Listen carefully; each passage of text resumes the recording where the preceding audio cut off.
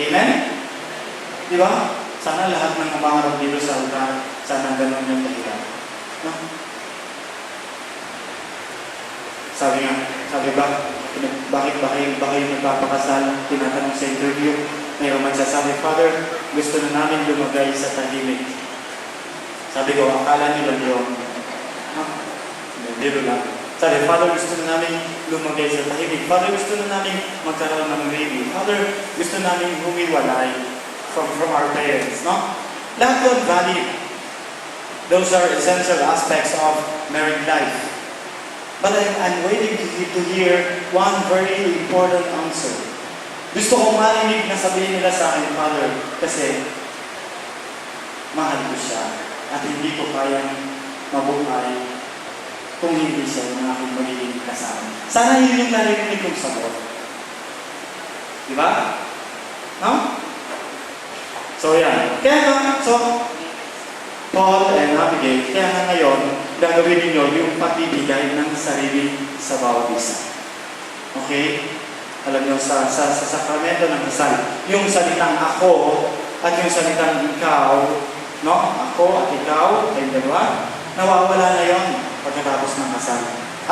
Sa mga mag-asawa. Anong ginagawa niyo dyan? Ano tawag natin sa Tagalog? Malaki. Nakahiwalay kayo? Kabiya. Diba? Ang tawag natin kabiya. Ibig sabihin nun, kapag wala Dilim. isa, kulang yun. Against the light. Diba? Ano na meron yan tayo? Ayaw ah. Kaya iba yung namulungan. Hindi na. Babae tao, humihilig. Romance is gone. Romance is gone. But your life should move on. Your love for one another should go deeper. Huh? Kaya nga, married life, more than receiving is giving. You ask yourself, Paul, paano ba matutulungan si Abigail para siya ay mas maging mabuting asawa para sa atin? Help her to become a better person. Di ba? And then, ikaw din, Abigail, you tell yourself, paano ko kaya mapagagawa yung ginagawa? Kapag ikaw hindi naging matapat sa iyong sarili, sinong pinagtataksilan mo? I mean, sa iyong wife. Kapag ikaw hindi naging matapat sa iyong wife, sinong pinagtataksilan mo? Sino? Sarili mo. Huh? I will not give more negative examples. One is enough. Ano ang ginagawa mo sa iyong kabiyak, ginagawa mo sa iyong sarili. Sapagkat kayong dalawa ay hindi na dalawa. Kayo ay iisa. Alam niyo, kung yan ay tinatandaan ng mga may asawa, they will not do any foolish things that would hurt their better half. To seal your love with an eternal bond before the church. I assure you the prayers of our community that God may pour His abundant blessings on your love and help you to carry the duties of the married state. And you, dear brothers and sisters, may I ask you to help them with your prayers and accept them as a new couple in our Christian community. May I now ask you to answer truthfully the following questions. Abigail, did you come here of your own freedom to bind yourself forever in the love and service of your husband? Yes, Father. Paul, did you come here of your own freedom to bind yourself forever in the love and service of your wife?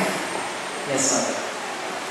Are you both ready to raise as good Christians the children whom God will give you? Yes, Father. Yes, Father. Paul and Abigail, since it is your intention to enter into marriage, join your right hands and declare your consent before God and His church. Okay, mangharapan nga kayo.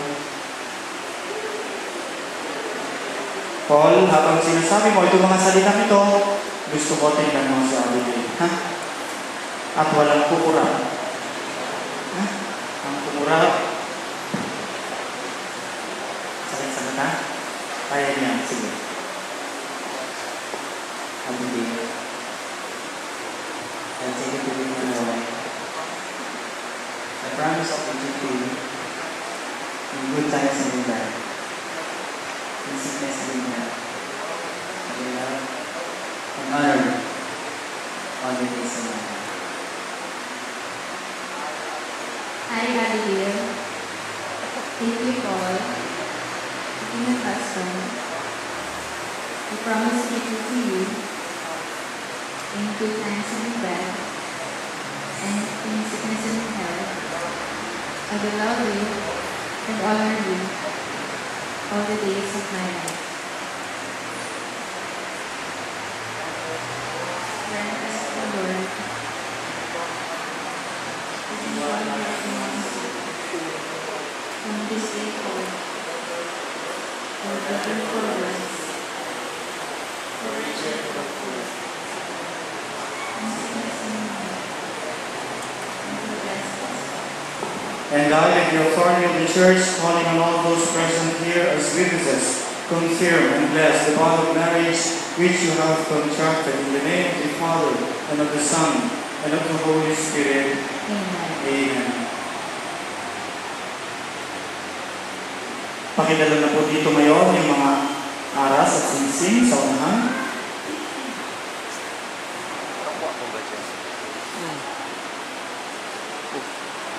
Pwede sila ng cameraman natin. Here, come. Mahara.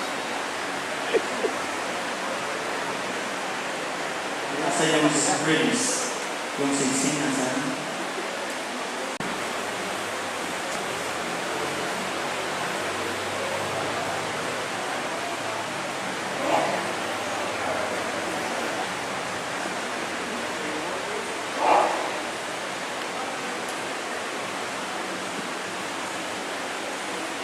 Bless the Lord your servant, Paul and Abigail, with sufficiency of material possessions, which these arrays symbolize, so that they may use them to attain eternal life. We ask this through Christ our Lord.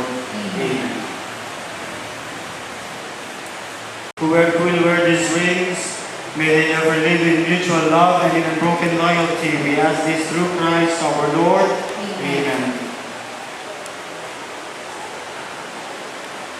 Okay, Paul, kuhanin mo yung singsing ni Abigail. Ano pwede picture ko na lang?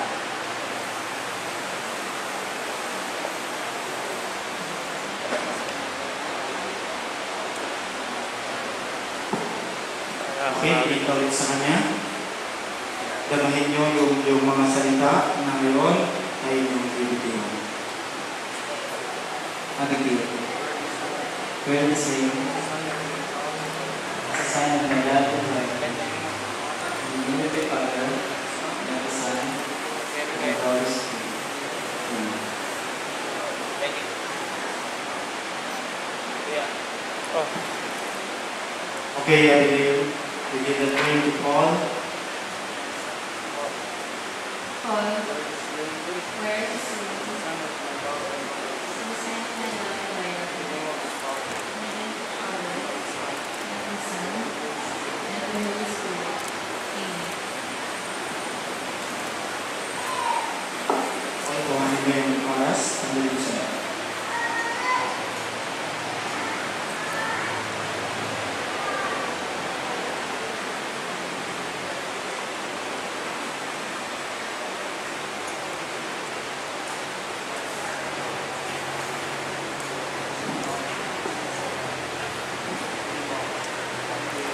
Abigail, I give this ring as a pledge of my dedication and pay right there. In the name of the Father, and of the Son, and of the Holy Spirit.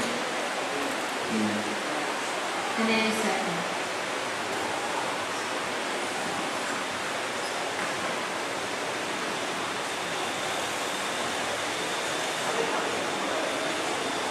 Mga kapatid, palakpakan natin ngayon ang mga bagong kasama.